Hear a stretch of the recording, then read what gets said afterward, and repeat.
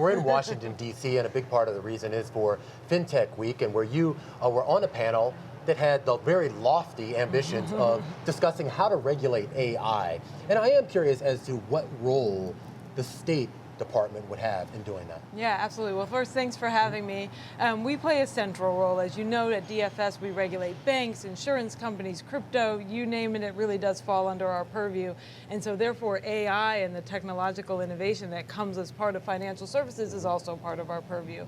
So we look at both how our regulated entities are using AI, and we in fact have some insurance guidance soon to come out about AI and underwriting, but we also think about how we ourselves as supervisors should be using AI. Well, let's talk about some of the companies that I guess are under your purview. I mean, you oversee something like 3,000 companies, like $9 trillion in assets, and a lot of those are insurers. Yes. And when we talk about AI, even generative AI, some of those insurers will say they've been using some sort of form of machine learning or AI for years now. What's different now in the way that they're using it versus, say, I don't know, 10 years ago? Yeah, I think now they're using it in a broader array of activities. So historically and over the last several years, certainly in customer service, say, or the chat bot on the website, we've seen them use AI and machine learning.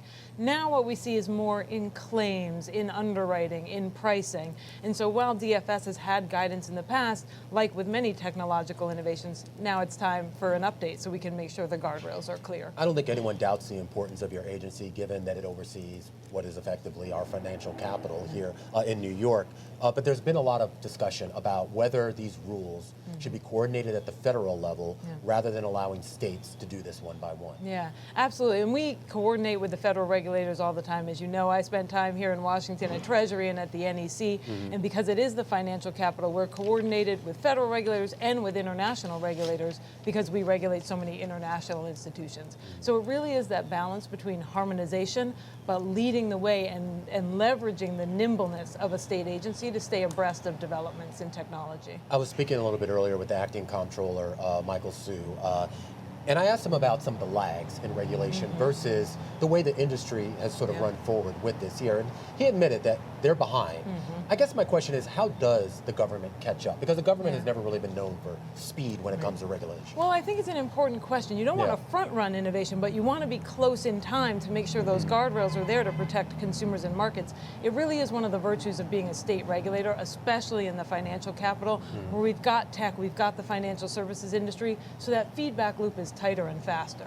I want to ask you about what's going on in the regional banking sector. Obviously, the SVB fallout in California earlier this year, of course, dovetailed with Signature Bank in New York, which was under your purview. There's a lot of discussions right now about why regulators either didn't know what was happening, or if they did know, why it took them so long to make some sort of preventative measures. Yeah, well, first, the banking system is stable and sound. I think all the regulators, from state to federal regulators, took swift action to make sure that was the case. So we don't need to worry about another signature. We don't need to worry about another SVB. The banking system is very sound. The core of it is very solid.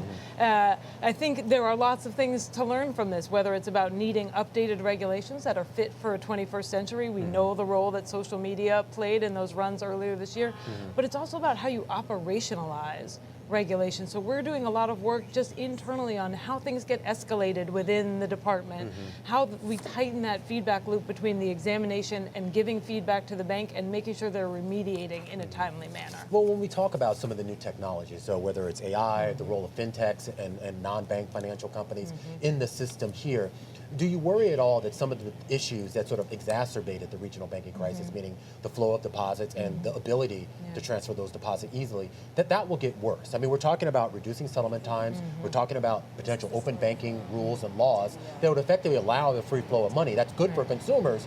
But if we get another bank run, I would think that could have potentially devastating consequences. Well, that's the importance of having regulators that are nimble, that can respond and anticipate risks like that. So as liquidity is changing, as technology is changing, we have to be able to write rules and change our operations in a way that's keeping pace with the innovation in the industry. And you have the support from the governor, you have the support from other folks to do that? Yes, absolutely. Governor Hochul has been nothing but supportive. In fact, in my 2 years and change in the agency, we've hired or promoted almost 600 people. We're doing a large technology transformation now. So again, it's about the rules. Those are, of course, important, and we want to keep those up to date. But it's also about how you operationalize them and how you professionalize the operation.